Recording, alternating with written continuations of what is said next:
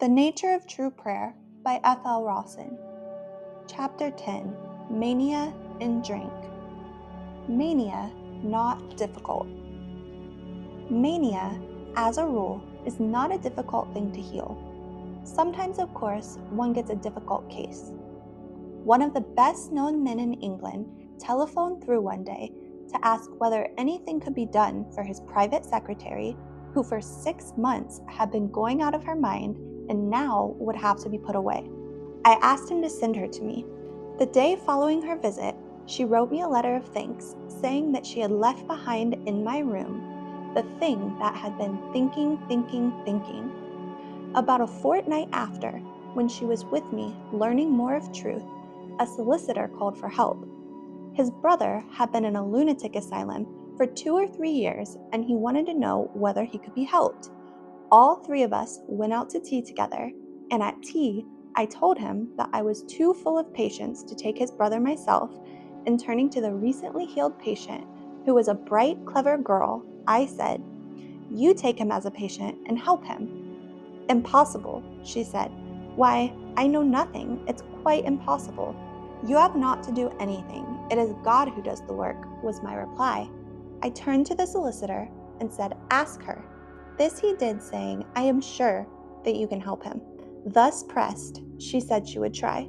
About 4 months afterwards, a solicitor called upon me for technical advice about a new steel process that was being tested by the Admiralty. When we had finished, he said, "I do not think you recollect me, Mr. Rawson. I'm afraid that I do not. Do you recollect, at the beginning of the year, I called to ask whether you could help a brother of mine who was out of his mind? You couldn't take him yourself, but whilst at tea, you asked a young lady who herself had been healed whether she would help my brother. Yesterday he came home absolutely well. Almost directly the treatment was started, my brother commenced to improve. Within a month, he appeared to be well, and the doctors allowed him to go for walks in the country with an attendant. In another month, he was allowed to go out by himself, and within 3 months from the time treatment started, they said he was absolutely well and could return home directly. The necessary formalities were completed. A few months after that, he was happily married and, as far as I know, has been well ever since. A few days later, I happened to mention this to a client of mine, who then said, "Do you remember when you first told me about this? I asked you whether a person in an asylum could be helped, and you kindly showed me how to work?" I started that day, and in a week's time, the person I was helping was out of the asylum. That person was my father. So you see, I also have proved it to be true. This client, who is a clever engineer, has since had some wonderful results and now recognizes and uses treatment as the only method whereby he can make a certainty of overcoming his various difficulties. The importance of thinking only of heaven. These cases will show that it is not a question of what you think, but of how you think. But it is the getting away from all thought of the material world and not the concept you form of God that is of importance. At the same time, it makes it easier if, instead of just trying to realize God, you try to realize what it is like in the real world, heaven, in respect of the troubles you apparently see in the material. In the case of mania, therefore, besides giving a general treatment, I realized that man is never out of his mind, for mind is God, and man is always in mind, in God, being God's consciousness, as infinite as God, reflecting divine wisdom, intelligence, and knowledge. In addition, you want to work against all the details of the mania. Supposing, for instance, a man thinks that he is the King of England. I realize that man never thinks he is the King of England because man knows truth. Then again, if there is suicidal mania, I realize that man can never want to kill himself, for man is in mind, in God. Man's life is God, and man loves that life. And so one takes every trouble, one after the other, denying their reality and affirming the perfection of the opposite.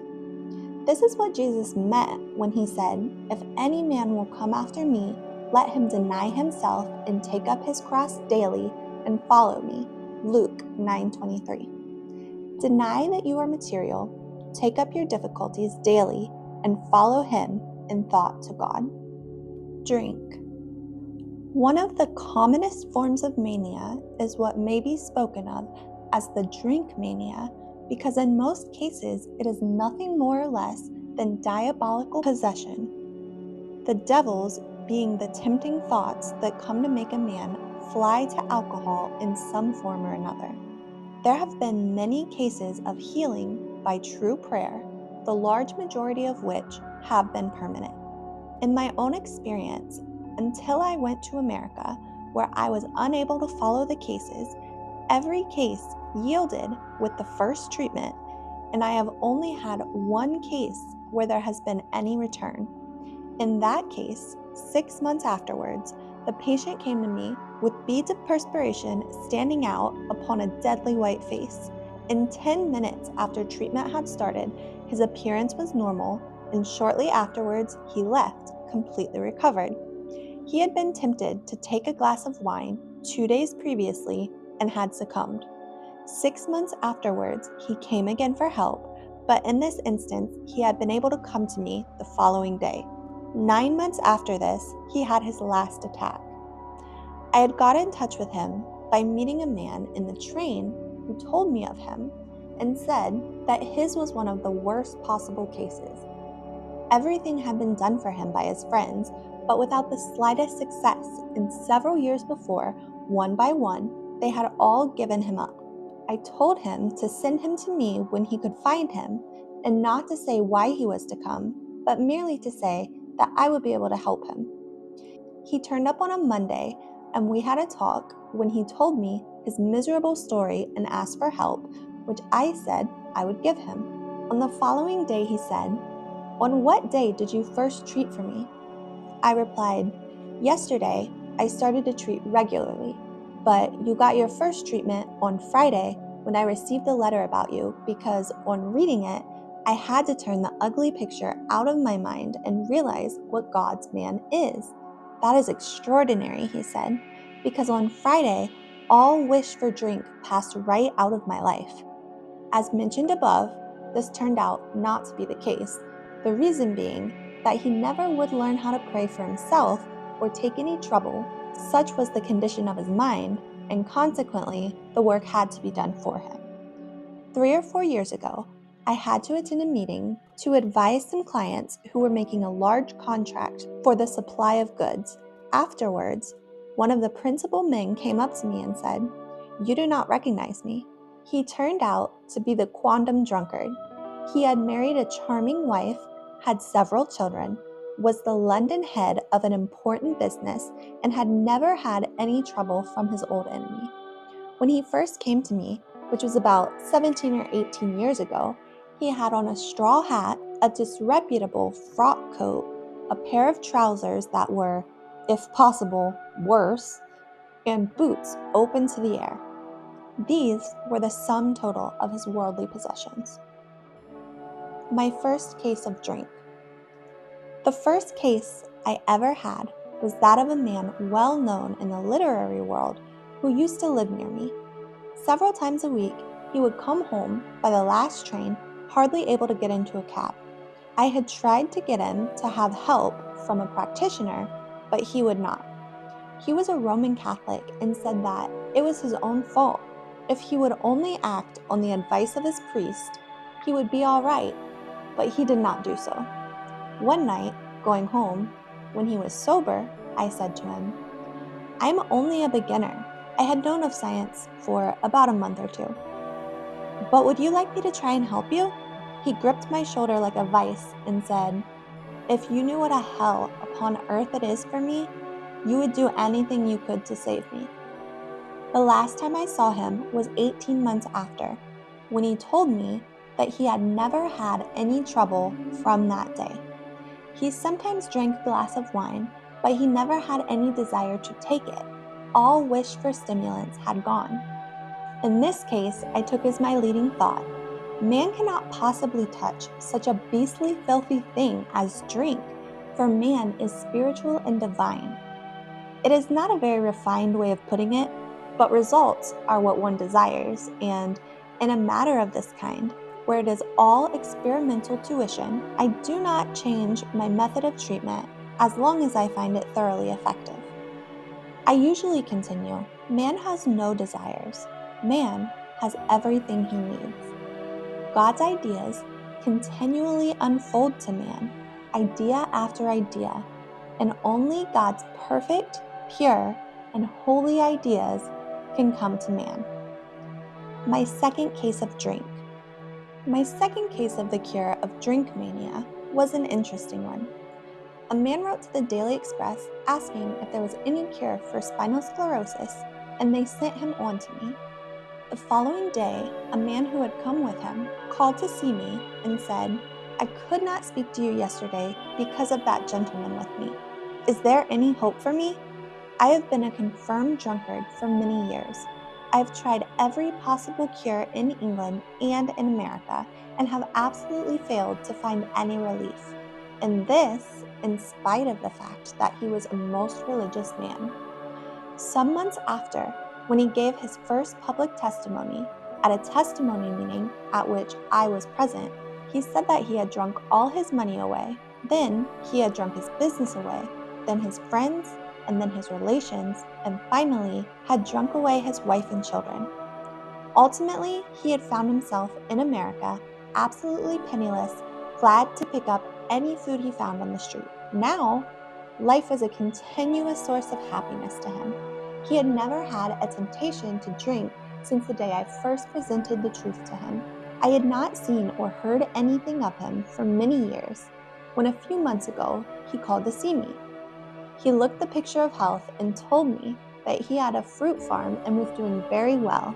He had sold, I think, 80 tons of fruit the previous year.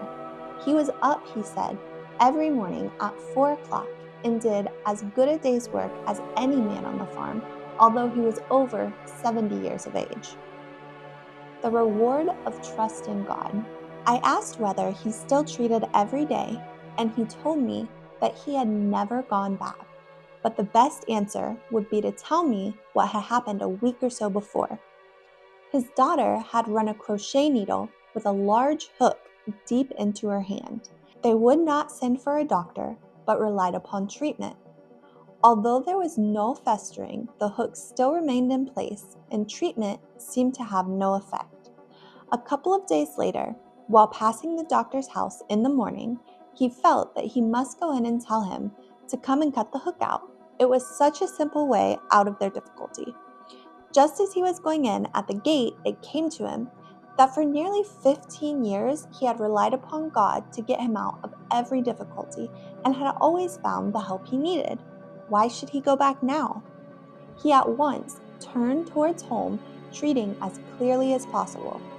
On arriving at his house, his daughter rushed to him, holding up the crochet needle, saying that about 5 or 10 minutes before, it had suddenly come out without any pain or trouble. She showed him her hand, and there was hardly a mark to show where the needle had come out. Probably when treating previously, they had always unconsciously had the thought that perhaps the easiest plan would be simply to have the hand lanced, and this had prevented them from really getting their thought clear. Remember that the whole point lies in getting away from the thought of the material world and losing yourself in conscious communion with God. If you have at the back of your mind a lurking desire to go to a doctor, or to take drugs, or to use other material remedies, it makes it more difficult for you. This is why so many people who used to rely upon their medicines have found it most difficult to demonstrate over their trouble as long as they had at hand the particular material remedy upon which they relied. When they have gotten rid of their broken reed of a support, they have very soon found themselves well. In some cases of which I have known, the healing has been instantaneous. In 2 cases, directly they threw their drugs out of the window, they were well. Do not force your opinion on others. Let truth act. it does not do to force a man out of his belief in material means. As a rule, it is better to let him continue until he sees himself that it is a mistake and that he is keeping himself back by taking material steps. The mere fact of ceasing to take material steps, although it is much to be desired, does not change a man's mind. It is the material evidence of the change. The only way in which a man's mind can be changed so that he leaves his false material basis and works from the spiritual point of view is either by his praying for himself or somebody else praying for him.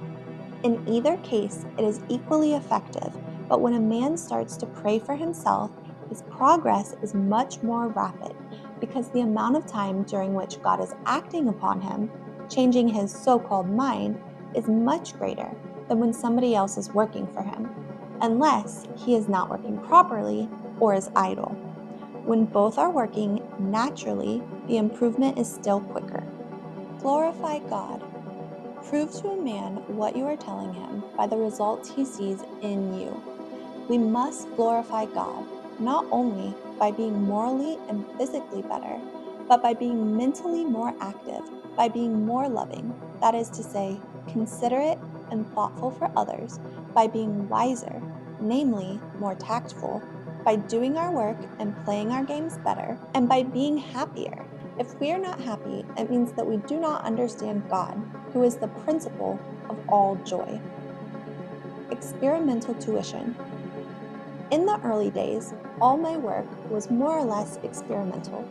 At first, I could not get any of the Christian Scientists to give me any information whatsoever. They thought that, like others, I would make a perfunctory examination into Christian Science and then bring out a report full of mistakes through not having understood the subject of inquiry. They did not wish me to be able to quote them as having said this, that, or the other, giving a garbled account of what they had said, and they therefore thought it was wiser to say nothing. This turned out to be a great advantage to me. Later on, it was quite different. I can never be thankful enough for the help received from, and the time ungrudgingly given by, the two Christian Scientists through whose class I went. For some years, nearly every week, I used to see them with a list of some 30 or 40 questions about things I did not understand. As a rule, after having the first half a dozen questions answered, half the remainder answered themselves. Be as a little child. As soon as I found what Christian Science was, I chose out the very best Christian Scientist that I could find and determined to follow her advice implicitly. And for about 3.5 years, I did this. Whosoever shall not receive the kingdom of God as a little child, he shall not enter therein. Mark 10:15. Naturally, I do not say she was always right. In fact, on looking back, I know that mistakes were made. But taken on the whole, it was far better for me, and I got on better, and I was much freer from troubles and difficulties than if I had always acted in the way in which I myself thought was best. I had all the benefit of her great experience. When I found that she had made statements which I knew and had proved were incorrect, and blamed me for trying to get at the higher realization of the truth at which I was aiming, then I knew that the time had come for me to work away by myself. I did not, however, change my previous method of working until I was forced to change. That is to say, I went on attending the Christian Science meetings and, in fact, working exactly as previously until asked not to attend the meetings. For many years afterwards, I was attacked by the Christian Scientists in every shape and way. Lies of every kind and description were passed on from one to another. It is only during the last few years that they have found that the statements made were not true. Even now, in out-of-the-way places where they have not learned the facts, they still make these misstatements.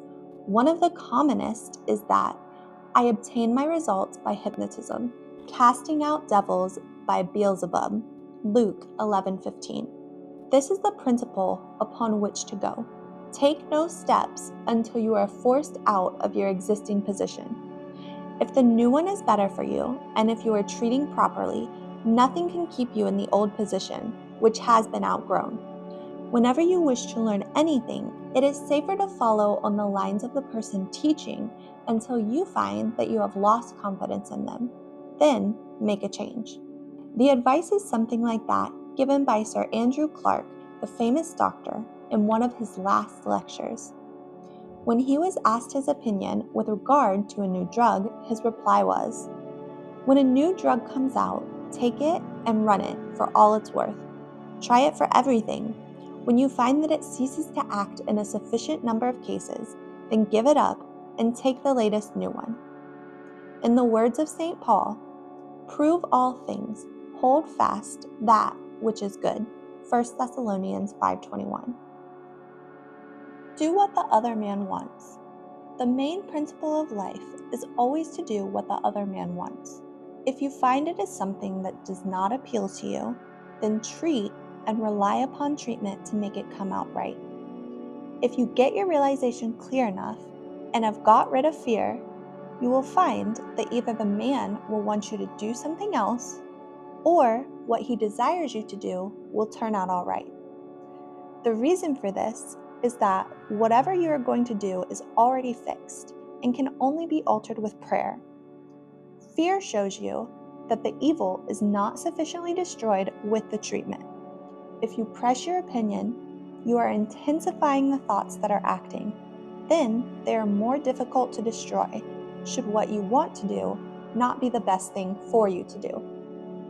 Do everything by prayer, not materially. You also have to learn to do everything by prayer. When you do a thing materially, you are relying upon matter, alias, the devil, and not upon God. It is recognized now all over the world that if you think evil, you will get evil. When you are thinking of the material world, you are thinking evil, as there is nothing really good in the material world, which latter is heaven hidden by what is called in the Bible the veil. 2 Corinthians 3:14, 15, and 16, i.e., the imaginary mist of matter. You cannot do a thing materially without thinking materially.